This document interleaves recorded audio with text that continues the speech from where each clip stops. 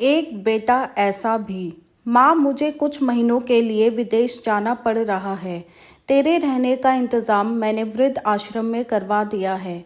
तकरीबन 30 साल अविवाहित डॉक्टर संदीप ने देर रात में घुसते ही अपने माँ से कहा। तब माँ बोली, बेटा तेरा विदेश जाना ज़रूरी है क्या? माँ की आवाज़ में चिंता और घबराहट साफ झलक रही थी। तब डॉक्टर संदीप बोला, माँ मुझे इंग्लैंड जाकर कुछ रिसर्च करनी है। वैसे भी तो कुछ ही महीनों की बात है, फिर मैं आपको वापस घर ले आऊँगा। जैसी तेरी इच्छा बेटा, मरी सी आवाज़ में माँ ने कहा। यह कहकर माँ सोने चली गई। दूसरे दिन संदीप माँ को पड़ोस के एक वृद्ध आश्रम छोड़ आया।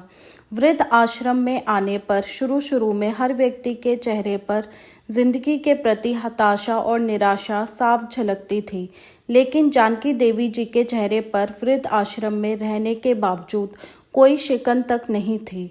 एक दिन आश्रम में बैठे कुछ बुजुर्ग आपस में बातें कर रहे थे। उनमें से 3-4 महिलाएं भी थीं।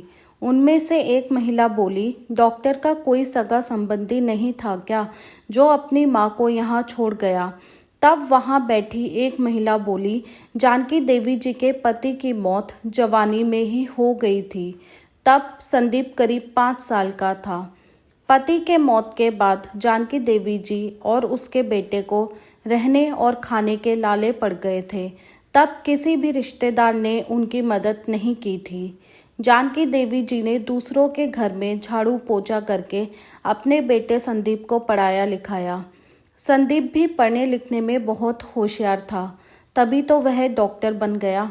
वृद्ध आश्रम में करीब 7 महीने गुजर जाने के बाद एक दिन जानकी देवी वृद्ध आश्रम के संचालक मुकेश शर्मा के ऑफिस के नंबर से अपने बेटे को फ़ोन लगाया और कहा, संदीप तुम इंडिया आ गए हो या फिर अभी भी इंग्लैंड में ही हो? संदीप का जवाब था, माँ मैं अभी इंग्लैंड में ही हूँ।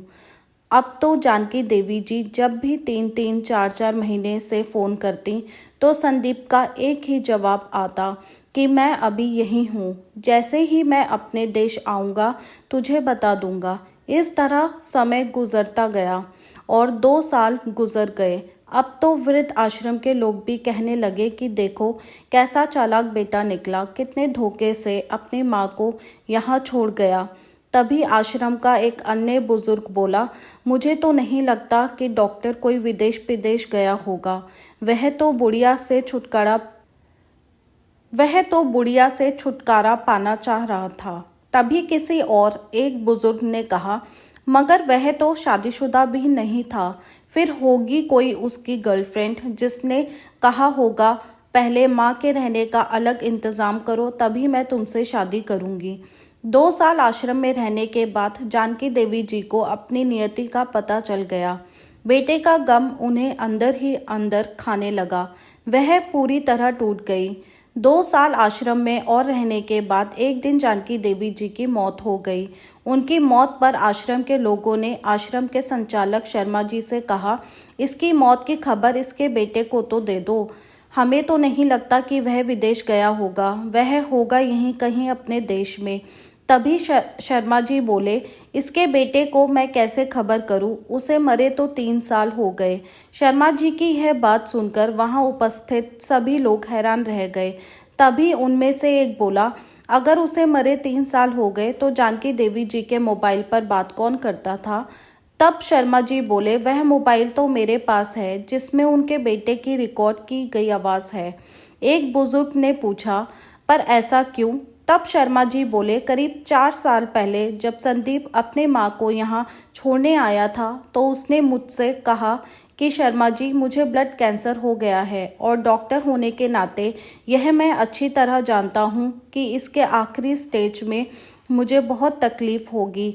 मेरे मुंह और मेरे मसूड़ों से खून भी आएगा।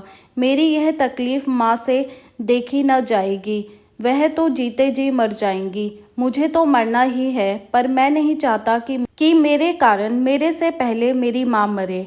मेरे मरने से पहले 2 कमरों का हमारा छोटा सा फ्लैट और जो भी घर का सामान आदि है वह मैं आश्रम में दान कर दूंगा। यह दास्तां सुन आश्रम के सभी लोगों की आंखों में नम हो गई। जानकी देवी जी का अंतिम संस्कार आश्रम में ही कर दिया गया।